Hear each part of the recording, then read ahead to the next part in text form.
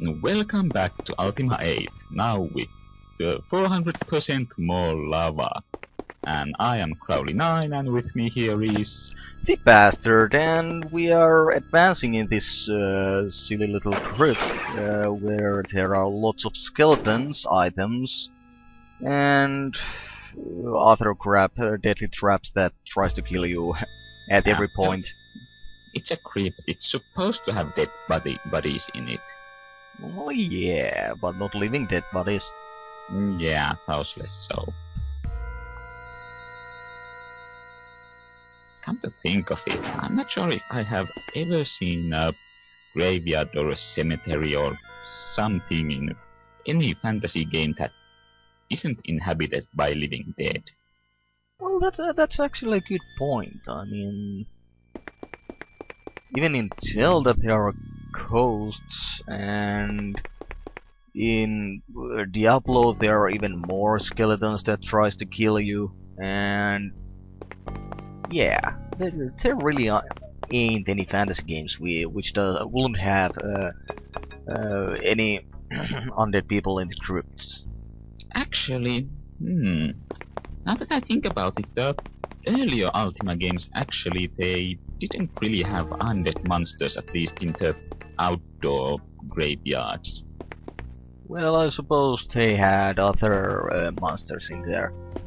No, they were usually within towns or next to towns, and they were really quite calm most of the time. Oh. Well, I have only played Ultima 4.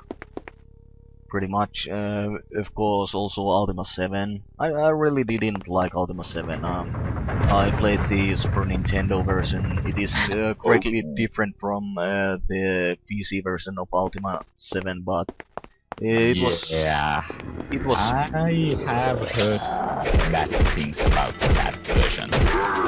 Well, it's not that bad, but you know, it ain't really great either. Yeah, I mean I suppose it's something a bit like Deus Ex 2, which I hear isn't all that such a bad game also, but it pales in comparison to the first one. Well, I suppose. I mean, well, it's not a bad game, it just sucks so bad that nobody wants to play it. Okay, now, well, we've been talking about pretty much anything but what is going on in the video here, but then again there isn't a whole lot going on there either, just, well, the catacombs can be pretty confusing to navigate.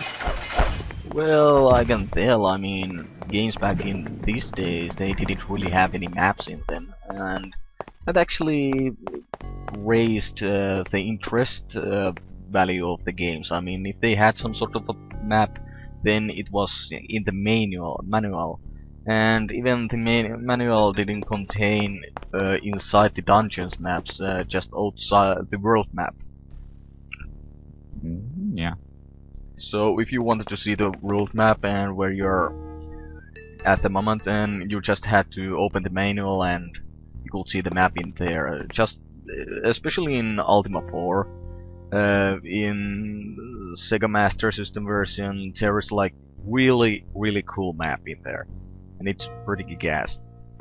Yeah, actually, most of the Ultima games did come with very nice maps. Most of them actually had the maps that were printed on cloth.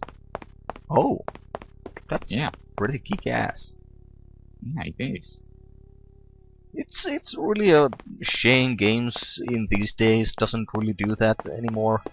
Yeah, I mean, so you couldn't really fit a whole lot in those little DVD box sleeves. Well, you could fit pretty damn much in them. Did you just climb over that thing? Yeah, those walls kinda don't go all the way to the ceiling. Oh, yeah. Yeah. Also, it's a good idea to actually go around that way, since as you can see there were, I think those are magic leggings. Yes, they are, and I suppose they raise your armor by 4. Yeah. Like 4. I specifically did that to show it off how much it does. Yes. Does those magic leggings do anything else except raise your defense? Do they protect you or something?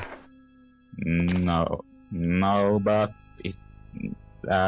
they do have the added bonus of only weighing 1 unit of whatever weight system this game uses. Well, actually, at least in the previous games, the weight unit is called a stone.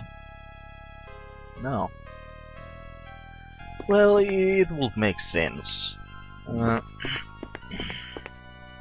Anyway, and and if you wanted those magic leggings, you pretty much had to climb over the wall, since if you went through the front door, you would fall down a hole into this area.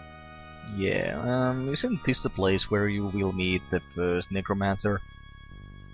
Well, not this.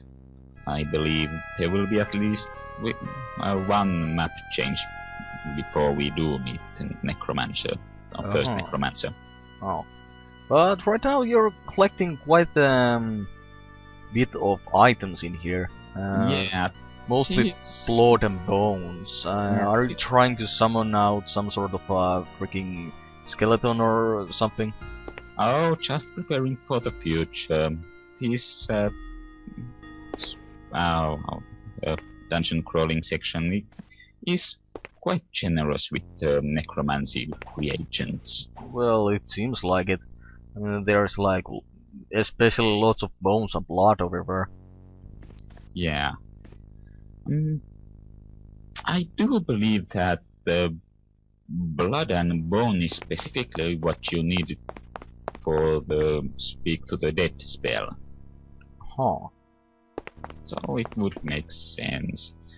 And oh, I think I was wrong about which map this is. We might very well meet the first necromancer here.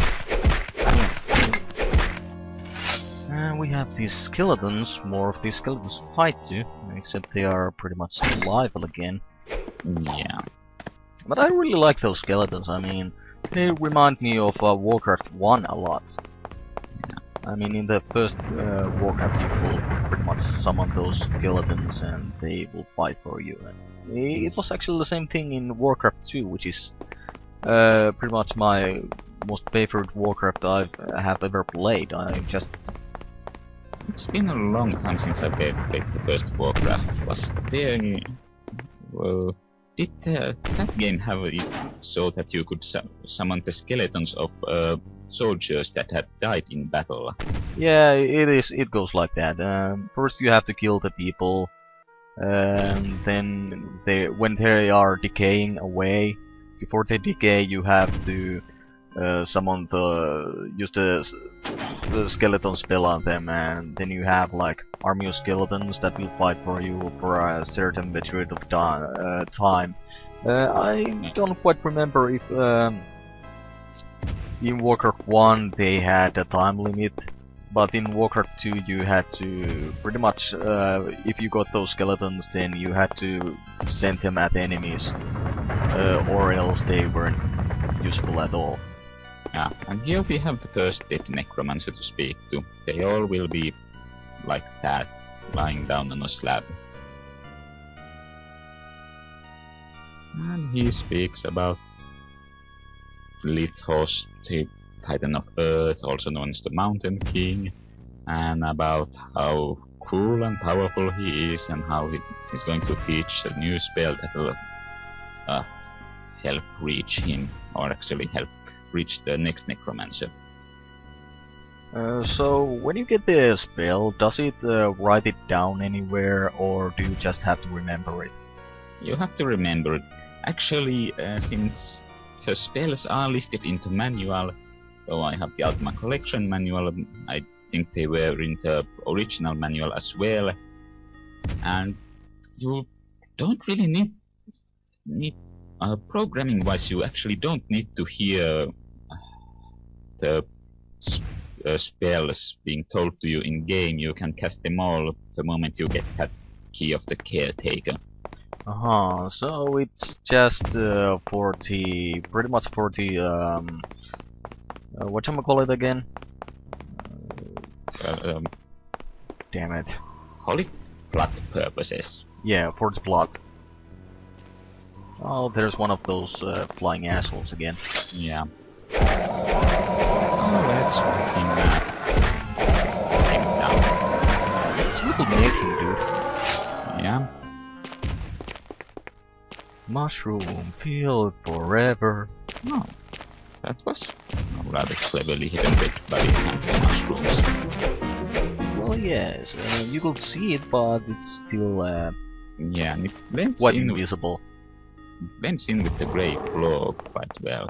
Yeah, But unfortunately there was nothing in it. I can guess how that Oh dude. yeah. Actually, if you have to talk to the necromancer for those stalagmites to disappear, otherwise they will block your progress. Alright. But about the dude who were behind the skeleton who were behind the mushrooms, I think I know how he died. He tried eating the mushrooms to get high. Yeah. Too much mushrooms. Yeah. And now we cast the Mask of Death spell. What it does, it basically makes the enemy ignore you for a period of time, which is quite useful here. Well, I can see that. That's the first time I have seen those guys, and what do they exactly do? Do they cast any spells on you, or do they just whack the shit out of you? I don't remember if they cast any spells, but they do have the nasty aspect of them that you can't kill them normally. Oh. I mean, you can hit them until they fall down, but then they'll just come back in a flash of fire. Oh. One zombie is burning his crotch on that campfire. Yeah. They're kinda retarded. I mean, usually in Romanos movies, the zombies are like afraid of fire, but those zombies are like, oh, fire, oh. You mean John Romero's movies? Yep. Okay, yeah. Romero, however they are spelled as. Yeah. Well pronounced that. It does hurt you, it also hurts any enemies, and those zombies were stupid enough to just wander on it. Well, can compare these zombies with his zombies. Yeah. Romero's movies don't have necromancers in them for starters. Yeah. But they have lots of zombies, and you are pretty much going to get killed. Yeah. But I don't think I do. For some reason the ghost seems to be frozen in place. Well, you killed his partner, so he got spooked, and then he like, I can't move! And then he glitched out and died. Yeah, killed his partner and he was heartbroken about losing his love. Yes.